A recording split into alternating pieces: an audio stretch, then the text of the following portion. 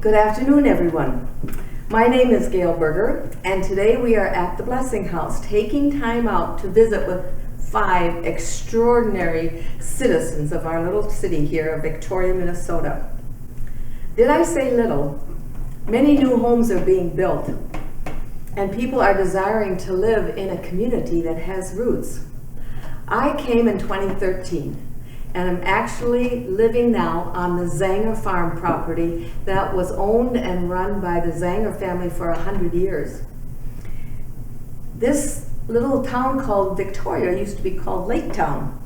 At the first meeting in May 11th in 1857, and it was changed to Victoria, and all the plats were laid out for the town in 1884. The most important building that was put up at first was St. Victoria, because the church became the center of all activities. And so all of this is going to be for you to root yourself into this town. You know, they had a school there that operated at $154 for a year. That included 2 teachers and all the supplies. So we go back a long way in this town. It's a privilege to have men and women that have their memories intact, their stories intact, of their parents, their great-grandparents, who sacrificed so much to establish a new life here under the most challenging conditions. I truly believe it is valuable for you to know this history and what kind of deeply rooted community you are now living in, with appreciation and respect for our own roots and our own stories are as important as knowing the stories of this town. And I am hoping that as you listen to them, you will be encouraged to find out more. And so I want to introduce, first of all, Mr. Jerry Schmack. His family was one of the first families that moved here. And I'm going to let him introduce the others. Thank you. I'm Jerry Schmack. Actually, I was born in 1931, named Gerald Schmack, and my parents were George Schmack, and my mother was a Diethelm, Teresa Diethelm. And we lived on, I was born out in Bavaria Road. Most of you know where the tree farm is. And half of the farm was on the east side of Bavaria Road, and the other half was on the west side. I worked on the farm with my dad until 1951, and was baptized at St. Victoria, First Communion, went to school there. So I'm a native going with there. Out of my entire married life, which is going to be 69 years in April, I've only had 1 year that I didn't live in the community of Victoria. My parents were born and raised in the community. So are my grandparents. My great-grandfather on my father's side came over and arrived in Victoria in 1853, as did my mother's grandparents. So it should be my great-grandparents on that side. So, yeah, thank you. I'll introduce Tom Noterman. The Notermans, I believe, came in about 1858, something like that. Yeah, that's right. My great-grandfather in that era and came in. He had owned land from the Netherlands, where he came from. He brought his family. And he had sold his farm there to come to Minnesota. And he eventually bought several hundred acres, which now is the Vic Schneider, or used to be the Vic Schneider farm. It's a horse farm out here. That's where he raised his family for like 30 or 40 years. And then my grandfather ended up in Victoria, and they started the Noterman store. They actually bought out a big Diethelm at that time. But in like 1907, something like that, 2 brothers, Michael and his brother, bought it out and ran it for many years. And then I was born in 41, so just as the war was starting. And I believe I was born above the store, if I'm not, at the time. My mom and dad were married in 40, and from there, I can go on from the 50s, which were to us was great. I'm the oldest of 13 children, and to us growing up at the time was just it was great. It really was. I mean, Dad was doing the store.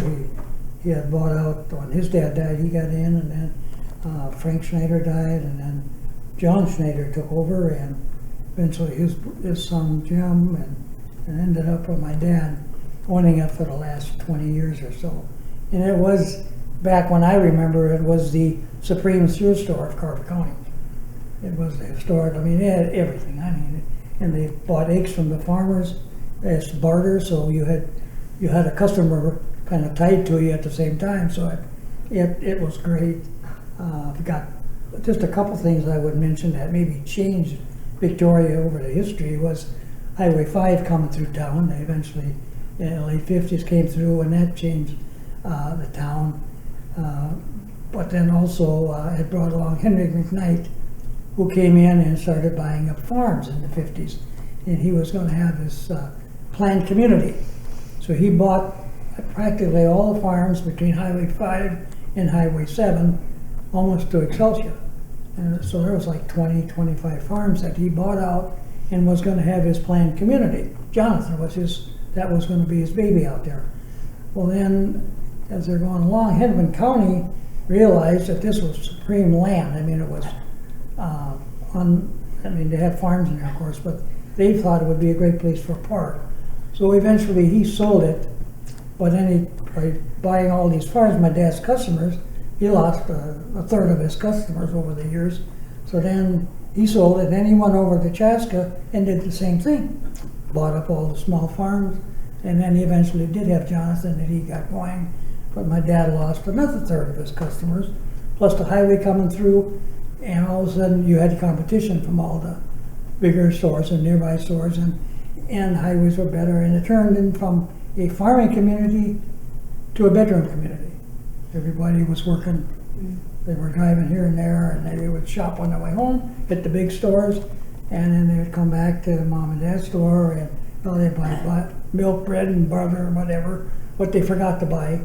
During the week they would pick up here, and that doesn't work, and that's basically what happened to the new supermarket in town we had here several years ago.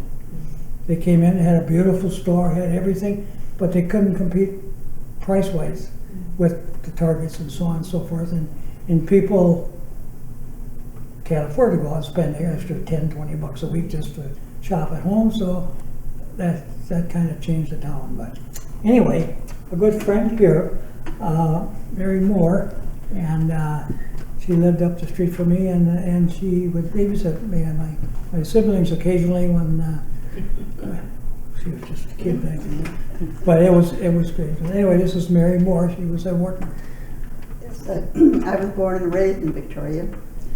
We lived up on Quamaclet Street, and I lived in Victoria my whole life, with the exception of 3 years after I got married. We moved to California. My husband was in the military, so we lived in Salinas, California, and after his stint was up, we moved back, and I never intended to move back to Victoria. I thought I had enough of Victoria. However, my uncle was living in a little house on Victoria Drive, and he called one day and said, "Mary, when you come back, if you don't have a place to live, you can live in my house." So we rented that house and lived there for a while, and I'm still looking for houses all over. I didn't want to really stay in Victoria, but my husband loved Victoria. He was born and raised in Hopkins, and there's no way he belonged to the Lions and the fire department and the St. Victoria Church, and there was, we just decided this is where we will settle down. So my days growing up were spent, my friends, golly, most of it had to do with my friends in school. I walked to school every day, probably leaving at 8:15 in the morning, because we attended Mass in the morning, and then we'd walk home at noon for lunch and hurry up so we could get back to school to play with our friends, on recess. And we went to school until 4 o'clock. And so I didn't really have that much time to spend in town during the school years. So, but I did have a lot of friends in school that I spent time with. And then after I graduated, I worked at different places, Minneapolis Moline and different places. And then,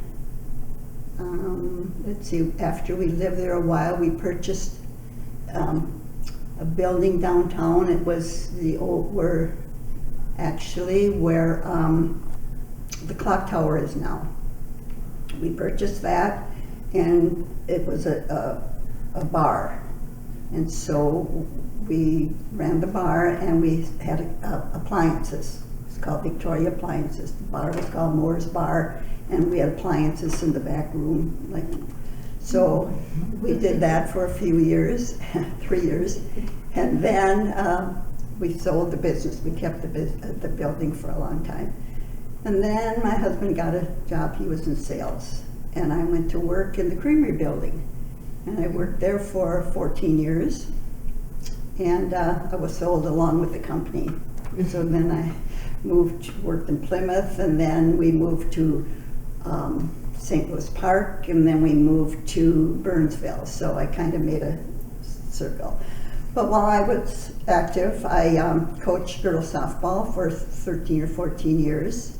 And with the help of John Noterman, gave me when I started, there wasn't any money for girls softball. And so I went out and bought a couple bats and balls, and finally the girls wanted to join a league, but we didn't have any money for entry fees. So John Noterman was so kind to give us $75. Really? Oh, Yes. yes. So we could join the league, and the kids, there was 50-some girls that I had coached in different categories, different age groups.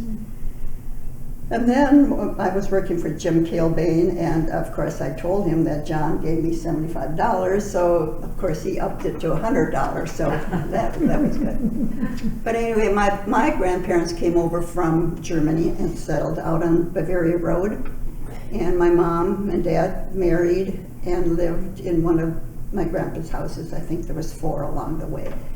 And then they moved to town, and my dad worked with Ed Plucker in the lumber yard for many years. And my mom, when they first moved to town, my mom worked in, it was called the confectionery.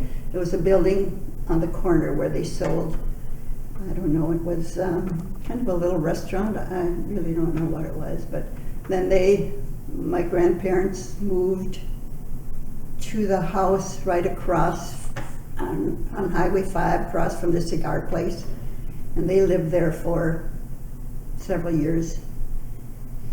And my dad was the mayor for 5 years, and I was active, and I joined the Park and Rec. I was on that for 24 years, I believe, and I was also, like I said, on the Athletic Association. So that was my life. And now I'll introduce you to Dick. Or Richard. Richard was in school when I was in school, but he was a couple grades behind me. But Good kid. we had our classrooms were 3 grades to a room. And so when he was in first, I was in third. Or when he was in fourth, I was in sixth, and so on. So we did see those.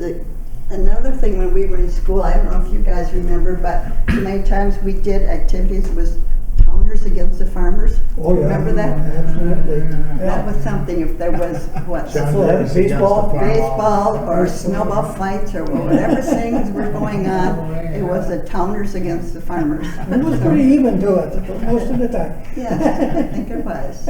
So, All right. okay. I'm Dick Schmack. Was born and raised in Victoria. Jerry Schmack and I have the same great-grandfather, and he came over in 1847, and then he worked 2 or 3 years in New York, and then he got to St. Louis, Missouri, and he was working on the railroad, And for some reason, he came up the Mississippi River and got up into Lake Town area. So he homesteaded here in 1853, which is all woods and no roads, no nothing. One story I'll repeat, I always heard as a kid. He walked to Minneapolis. Minneapolis was a grain milling starting out. He bought a sack of flour, a 100-pound sack, and it is all walking, and he walked all the way back, and he got lost that night. And he didn't know where he was. The next morning when he woke up, he was on the other side of Lake Bavaria. So he was pretty close to the Schneiders, but I don't think they were there yet. That's a story I heard. That's how it was. If you wanted flour or something, there was nothing, no stores, nothing around here. He settled south of Victoria. He homesteaded 180 acres, and we still live on 80 acres of that homestead just south of Victoria. You talk about Victoria was a farming community way back between the town and farmers and the town people. I think at one time the farmers outnumbered the town people. So they probably, the first battles they maybe won. That what I recall, there was, talking about farming, there were 3 Schneider farms, I think on the other side of Lake Bavaria, but there were 6 Schmack farms. So we had, We still got them all. there were 6. I can name all 6. It took a little while, but I think Jerry would know them too, but Jerry's dad and Francis, and I had 3 uncles, and so there was 6 Schmack farms. So that was the settlement, and they all went to St. Victoria Church, which I guess would be the gathering place to start with. And I think we always had to go to church. That was, you had no way, could be sick. If you were sick, you had to go. If you wanted to go anywhere. Yeah. What I recall, I always have pleasant memories. She walked up to school. I had to sit in a wooden school bus to start. The first year or two, it had wooden sides. I don't forget that. And there's one little here, one little here. Chicken crate. Yeah, chicken crate. That's what it was called. That's what it was called. Yeah, and they laugh. But it was called a chicken crate. What I always recall as a first or second grader, like you said, you had to always go to Mass. We were always late for Mass, but Victoria School had a little chapel down below there. During the week, the church was closed cold because there was no fuel. Yeah. So they had a little chapel down there. And I always remember in the first, second grade, when you're in the first grader, you had to sit way up in front in the front pew. And at Christmas time, the lights were right there.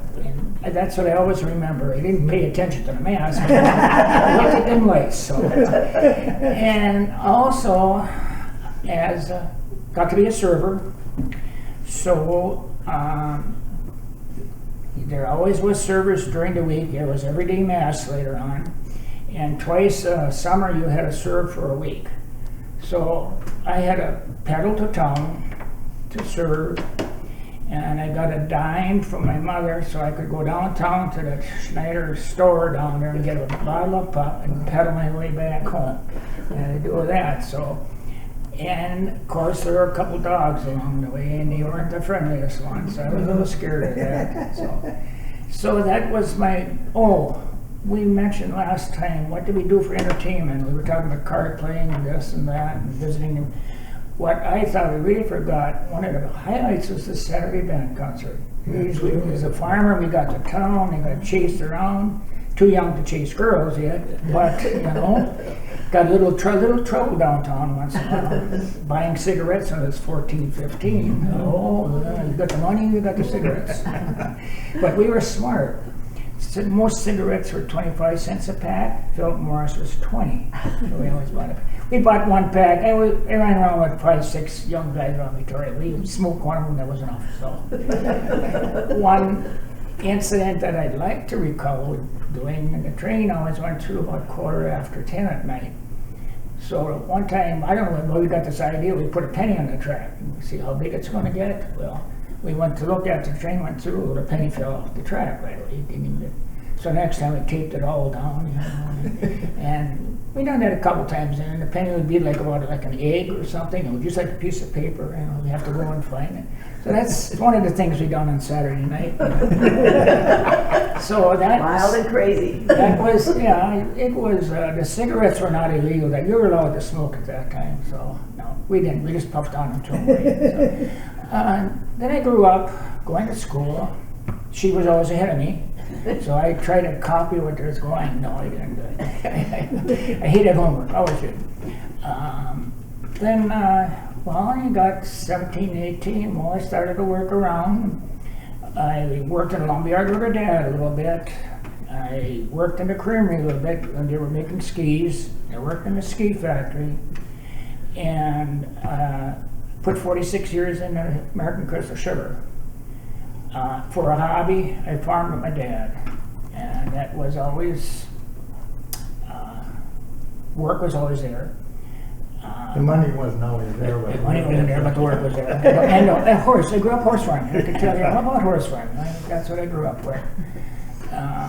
Outside of that, got married in 58, but still lived in Victoria, or out by Clarence's farm.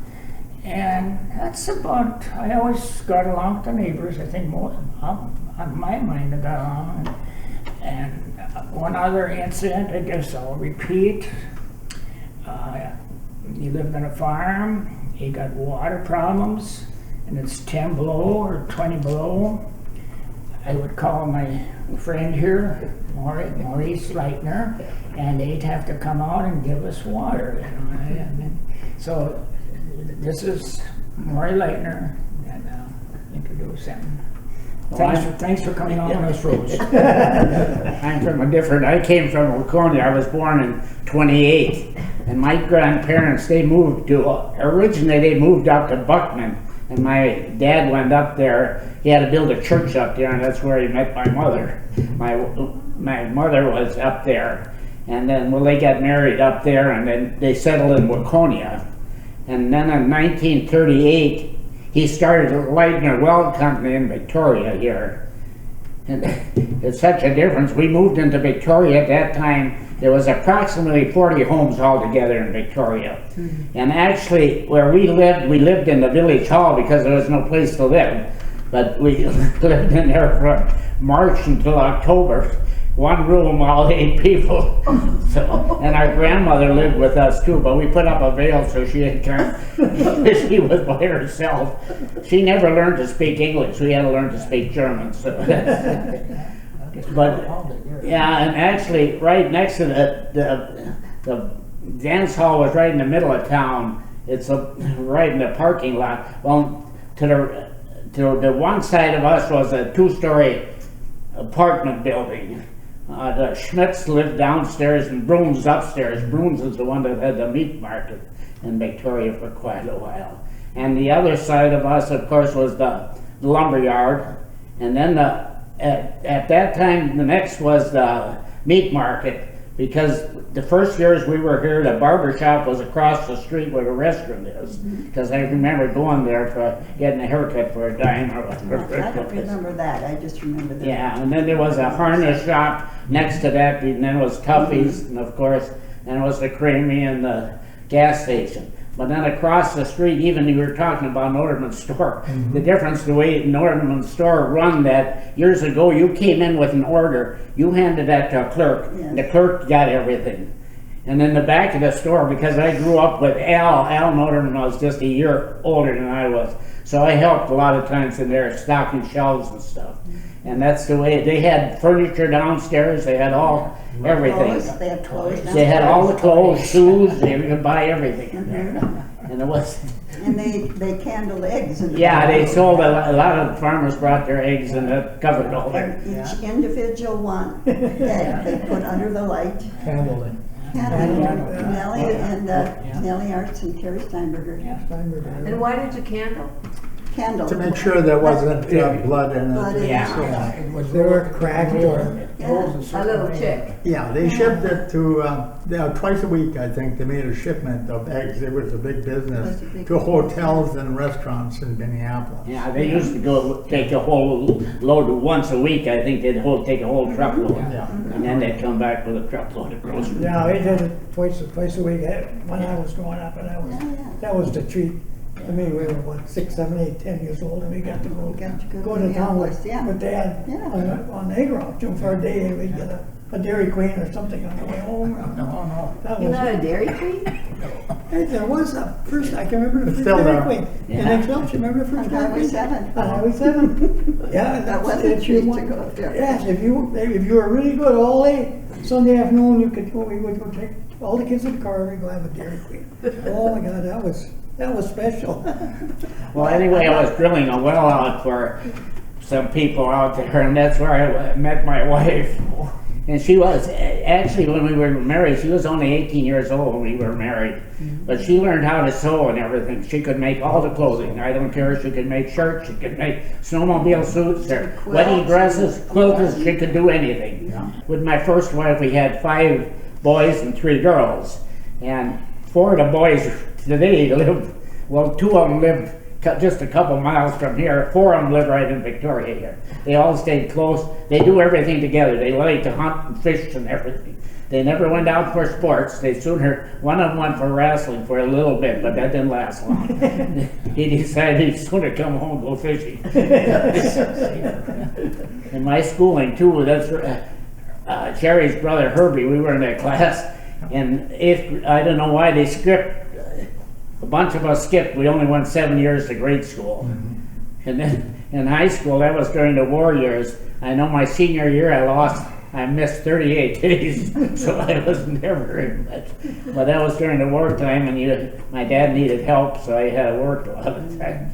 So there was such a difference in the way everything was. So Well, I'm going to add on to Dick said putting a penny on the railroad track. Well, we used to take the train. We were like maybe 12, 15, to go to Waconia to go roller skating. We didn't have a ride, so we'd hitch the train, and then we'd have a friend pick us up at the station in Waconia, wherever that was, and then we'd get to the dance.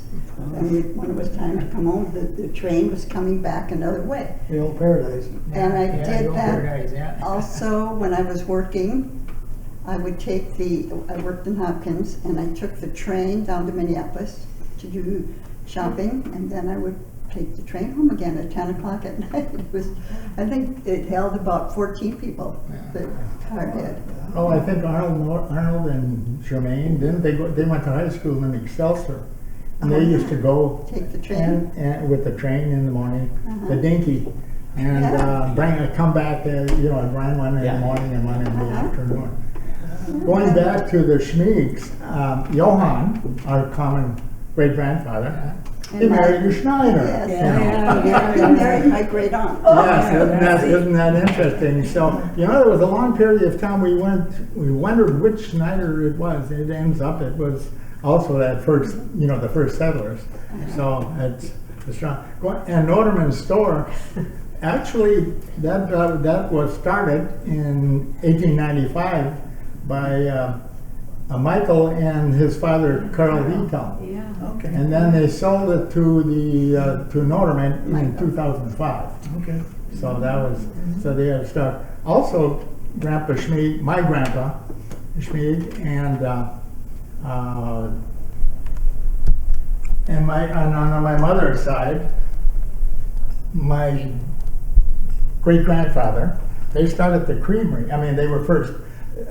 Well, there were a lot of people started the creamery. I have their 50th anniversary book, and it's kind of interesting in there because they not only name each farmer that was, shipping to our new creamery, they also had the number of cows that everybody was milking. Yeah, it went from 6 to like 13.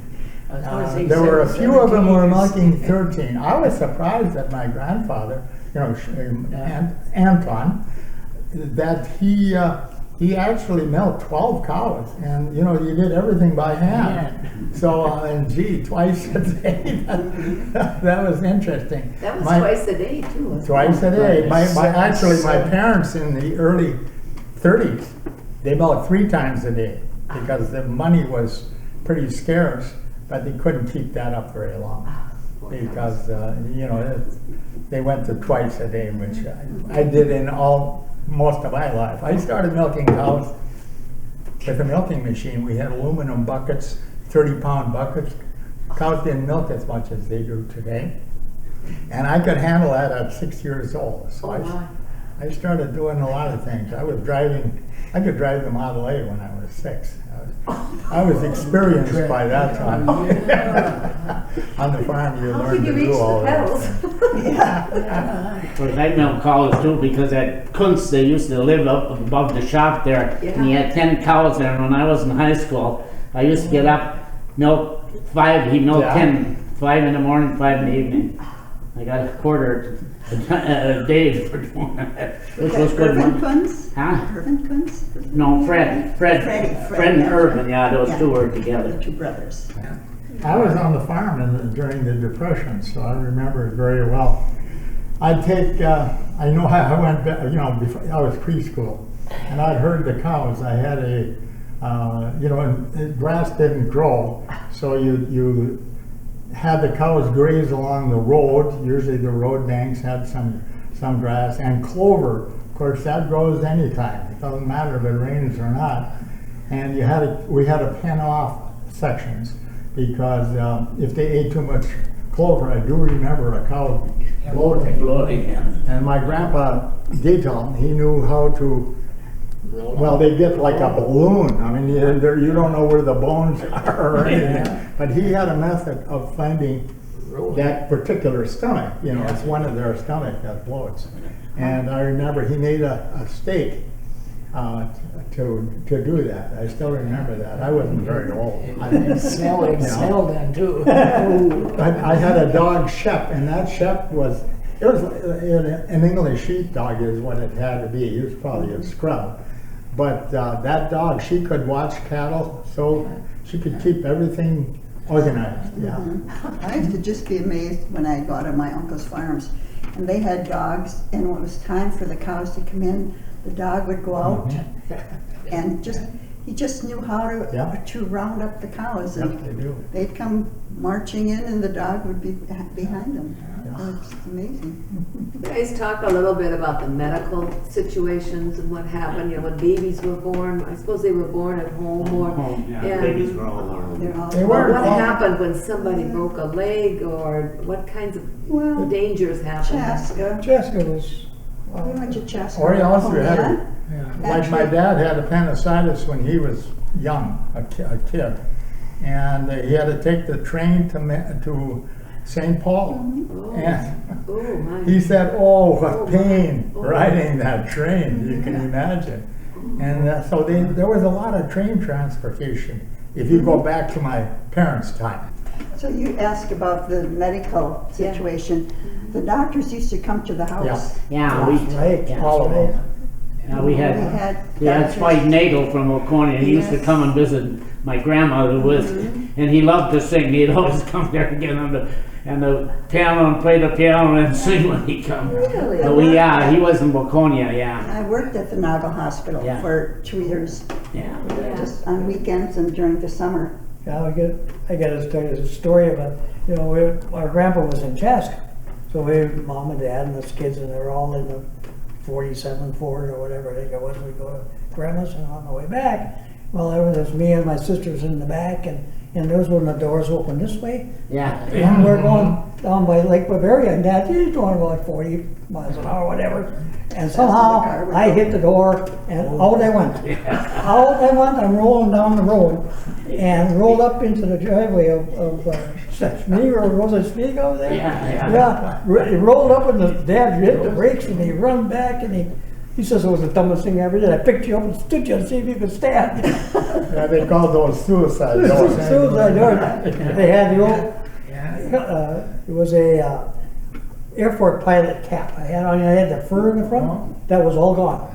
But then they took me home, and then the doctor came, and I just laid there. I couldn't move my head. I couldn't do it.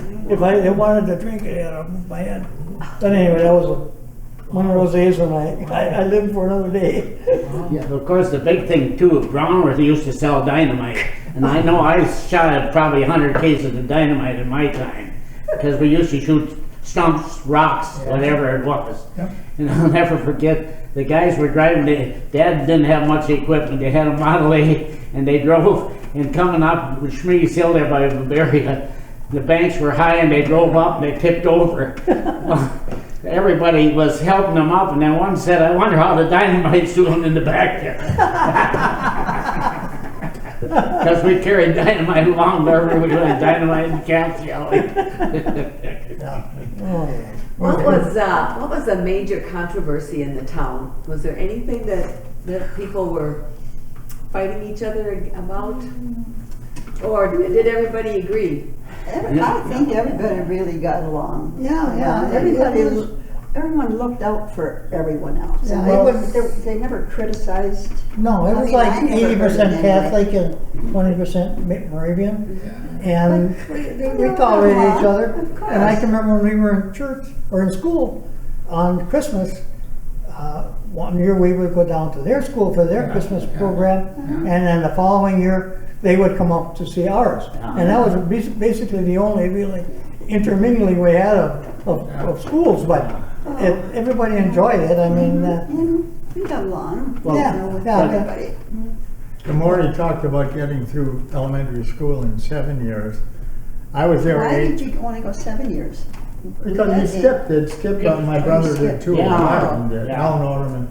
Alan, I think, Because there skipped was 2 too grades. many. I know my sister skipped That's 2 usually Because you had the too many reason. They just evened out the classes a little bit. yeah. Not a great idea. No. Yeah, that's how they did it. But when I finished the 8th grades. Thank God I learned quite a bit there. I've used it the rest of my life because I had to. But when I was on the farm, my dad got deathly sick right in the fall of the year when school started. My older brother was gone to school. My sister was gone up to St. Ben's. Yeah, they're older, and my younger brother was 5 years younger. So I had to take care of the cows, milk the cows. We even had a fourth hauling of hay, cutting the hay down, and the cows coming in, tabbing at the. So I had to stay home and take care of the farm. So I never did go to high school one day, and I often thought of that when they came to my house and I was appointed to the public school board. If I did that, I was on there for 11 years. And you just had an 8th grade education. Just an 8th grade graduate education, yes. But I was always interested in learning, and I guess I still am. I'm still learning. Apparently I'm not much, but I'm learning less all the time is about what it amounts to. Yeah, but I've had a good life anyway. It really never held me back in anything I've done. I went into business. I got into the decorating business in 1951. Accidentally, needed the job, and it turned out to be my lifetime occupation. I had a painting and decorating company, painting, decorating, and paper hanging, and I had that. I functioned until almost 1980. I think I hung my last paper in 1981. Wow. So I figured it was about time to hang it up. No, I've had a very good life. I don't regret any of it. I have a wonderful wife who's still with me. At this time, we're the same age, month apart. It's great. I don't know what I'd do without her. That's a good question. Why did you all live so long? But I never smoked. Neither did my wife, which is, I think, has a lot to do with it. Yeah. What part did your faith in the church play, do you think, in your health or in your... Mine major. I don't think I would have I don't think I would have survived without it. Let's put it that way. Yeah, Me also. it's I don't know how people do it without. Yeah. Yeah, it's very important in your life. Yeah. And you have a lot of support for your faith. You know, these days there's a lot of cynicism and people are walking away from the church, and yet it was the focus point of this little town. And I think I could be wrong here, but I think people are attracted to this town because of its roots and because of its solidarity. And I know a lot of people are attracted because of the church, but and the schools. But I know that there's something in the air that says I want to be part of this little town. I really think the early settlers were good people. You know, that doesn't always happen. Yeah. You know, all those families that came in the beginning, they had faith, and they needed that to survive, actually. But I think that's they were welcoming. They were, because people kept coming, and they were welcoming, and that tradition carried on. And I give a lot of that credit to the families that were the early settlers, because they had to be accommodating and willing to accept others. You know, that was a common thing, and that tradition just what amazes me, because I've been on the church board, you know, for on and off for years, forever it seems like, and that the new people who come are the same kind of people, which is wonderful, I think. Yes, we've had some great people come into our community. So the Lord, if you have enough faith in Him, He carries you through. You got to put all the trust in Him. If you put all your trust in Him, He helps you in the situations that where you think it's impossible. No, it isn't impossible. But years ago, like my parents, they lived out on a farm, and they never missed going to mass. And it was freezing cold. They would heat bricks up on the stove and then wrap them. And the sled. Yes. The horses. Buggy. And go on horse and buggy. Yeah, we didn't have electricity until 1937. So when I started school, that's about when we got electricity first, because we were a block away from Highway 5, which had Northern States Power, but we needed to pay for 2 poles to get the electricity up to the farm. Well, my dad couldn't afford it, so we were without electricity. You know, you talk about driving the tractor. A rubber-tired tractor didn't come along until 1938, 39. We got our first tractor in 1941, late 41. And so we farmed with horses. Horses, yeah. Yeah, when I was a kid, I'd come home from school, and you know, I often think about exercise. You know, when you're walking behind a harrow with a couple of horses, you know, and harrowing the land in the spring, and walking in the loose dirt all day, you know, that gives your legs. I had good legs, I must say. Now they're shot, but I had good legs in those He days. planted a alfalfa with a wheelbarrow, 20 feet long, and you had to have good balance. Yeah. And that's how they planted alfalfa. You pushed it.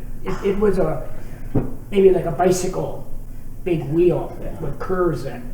And then this box on top, and there was a chain to it. And as you pushed that through, that chain was going back and forth, and then it was dropping Oh, this. you had one of you saw one?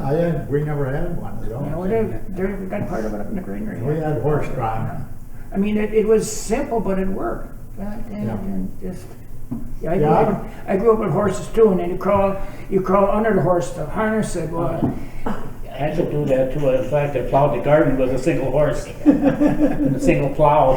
and it threw you. Yeah. And then I stayed out at the Jansons. At that time, they were milking 32 by hand.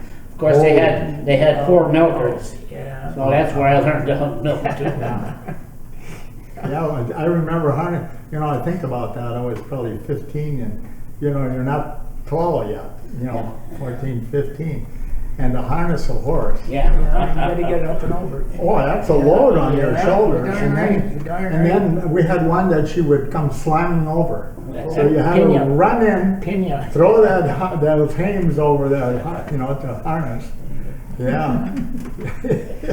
Well, it would have been nice to have had some of the women's stories along with yours, and maybe we can do that at another time.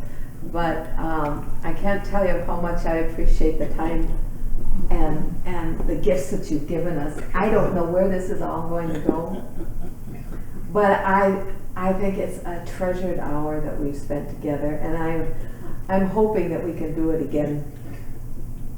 You kind of remember the good memories. That was good. I mean, starting to what you're fade. hearing is sort of the good memories of it, or growing up, or the good Did you things. have bad I used to memories? be, I don't have any 10 bad years ago, I memories. was a lot sharper than I am now. You wouldn't want to go back and redo it. Is that what you're He's saying? been a pillar of town, I'll tell you. Yeah. Yes, that's it. All right, I'd like to end this with, this is putting you on the spot. Would each one of you give a word of wisdom for those who are moving in? Those who are coming into this town and wanting to be part of a history. What would you, just one word of wisdom from each? I think you need 3 things, very basic: faith, hope, and charity. I guess that says it right there. I would say that, things are so good for so many people, and they don't have a reason to worry. They don't have a reason that they really have to get down and even pray. Everything is coming easy for them, and they don't have problems. Everything is going good, and it's much easier to stay in bed while they don't have. And there's so many of the kids and your grandkids, and when we grew up, you went to church Sunday morning. I mean, it was, because there's a whole different genre then too, as far as religion, and it's changed so much that nowadays it's us people that are into church. There's a certain amount of young people. We got 3, 4 Catholic high schools in the neighborhood, and you look at church, and if you can find 6 high schoolers in that church anytime, is amazing. And I don't know why it is that they are not going to grade I school. think in the 10:45 mass, I think there are a lot. A little bit more that they don't- Yes, I they don't think That have- so. makes sense. Well, There's no, I some, think they go there to are. different masses. Yeah. Okay. They've got some wonderful Yeah. schools. Mhm. I mean, it's. What I don't word know. of wisdom would you have, Mary? Well, I think everyone should be more kind and understanding and less critical. I mean, if someone makes a mistake, everyone makes a mistake, and so many times people hear something about someone and right away, they're critical, and why did you do that? How did you do that? Or when did you do that? And just be kind. I think it's so easy to be kind. I just like everybody. Yeah. I don't have I know what anybody. you I mean. can honestly say there's not anybody that I do not like. So, and I always have a hard time finding kids that, are not- So far, we got along yet. Exactly. I reiterate what Jerry said with faith, hope, and charity, and I probably add one more, maybe work. Work can be, people coming in, or I guess work, I'll leave it at work. You gotta work too. I mean, you can't sit in front of that TV all the time. Or a hobby, Mhm. But we loved your neighbors years ago, and now I don't think Yeah. neighbors Yeah. talk to each other. Yeah, like they did. yeah, that is,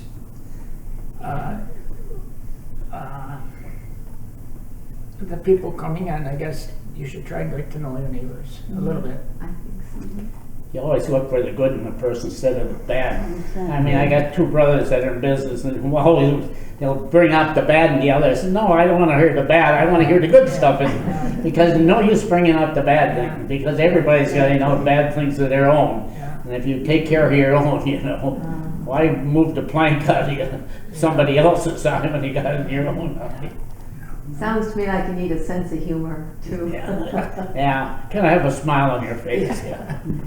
I don't know if you know this or not, but hospitality comes out of Greek. It's 2 words, phileo, zeno, which is the brotherly love of the stranger.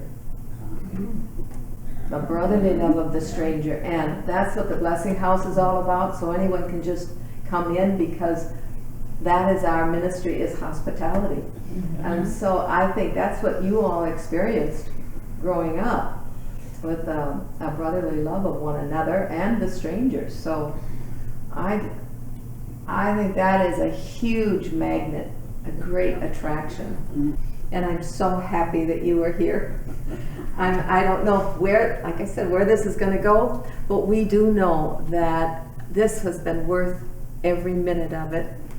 And I hope that everyone who sees this will have a new respect for this little town that is growing like wildfire, and will add to the history with love, brotherly love, charity, and faith. Thank you.